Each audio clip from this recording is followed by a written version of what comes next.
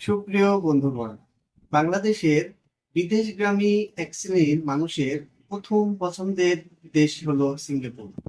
এশিয়ার মধ্যে সবচেয়ে সুন্দরতম দেশ এই সিঙ্গাপুর। এই সিঙ্গাপুর যাওয়ার জন্য কতজন কতভাবেই না প্রচেষ্টা চালিয়ে যাচ্ছেন। তারই ধারাবাহিকতায় কেউ skill, unskilled, S Pass, MTS, marine shipyard বিভিন্নভাবে প্রচেষ্টা চালিয়ে যাচ্ছেন। যাই হোক বন্ধুরা, আজ আমি কথা বলবো এসপাস নিয়ে। জি হ্যাঁ বন্ধু, আপনি যদি এসপাসের ভিসা বা আইপিএ নিয়ে সিঙ্গাপুর যান, তাহলে খুবই সতর্কতার সহিত আপনাকে এই কাজগুলি করতে হবে। না হলে ঘটে যেতে পারে যে কোনো অনাকাঙ্ক্ষিত ঘটনা। প্রিয় বন্ধুরা, আপনি এসপাসের ভিসা বা আইপিএ নিয়ে সিঙ্গাপুর যাওয়ার সময় খুব করে খেয়াল করতে হবে সব কাগজপত্র ঠিক আছে কি না। আর একটি কথা, এসপাসের ভিসা বা আইপিএ হওয়ার পর আপনাকে নিজ এলাকায় 3 দিনের টিটিসি ট্রেনিং শেষ করতে হবে। আর এই ট্রেনিং এর সময় আপনাকে বায়োমেট্রিক ফিঙ্গার প্রদান করতে হবে।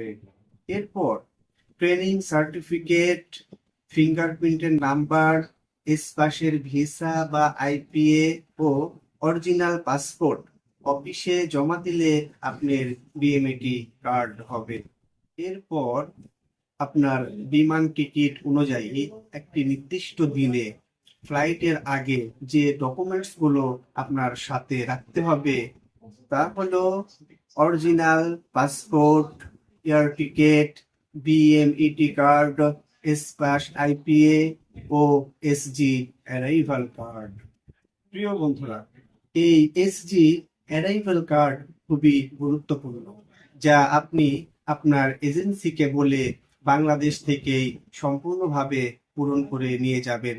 তা না হলে সিঙ্গাপুর এয়ারপোর্টে গিয়ে আপনাকে হয়তো অনেক ঝামেলা পোহাতে হবে, যা নতুন অবস্থায় আপনার জন্য অনেকটাই কষ্টসাধ্য হয়ে যাবে।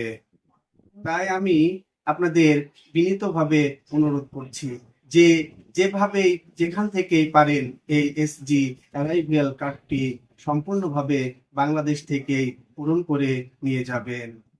তো প্রিয় বন্ধুরা, এতক্ষণ আমি যে কাগজপত্রের কথাগুলো বললাম, এর একটিও যদি আপনি মিস্টেক করেন, তাহলে নিশ্চিতভাবে আপনি বিপদের সম্মুখীন হবেন। তাই বিদেশ গমনের পূর্বেই আপনার কাগজপত্র বুঝে নিন, নিরাপদে বিদেশ পাড়ি দিন। তো প্রিয় বন্ধুরা, অনেক কথাই বলে ফেললাম, আজ এ পর্যন্তই। আবার দেখা হবে পরবর্তীতে নতুন কোনো ভিডিওতে, নতুন কোনো টপিক নিয়ে। সে পর্যন্ত ভালো থাকবেন, সুস্থ থাকবেন। আল্লাহ হাফেজ।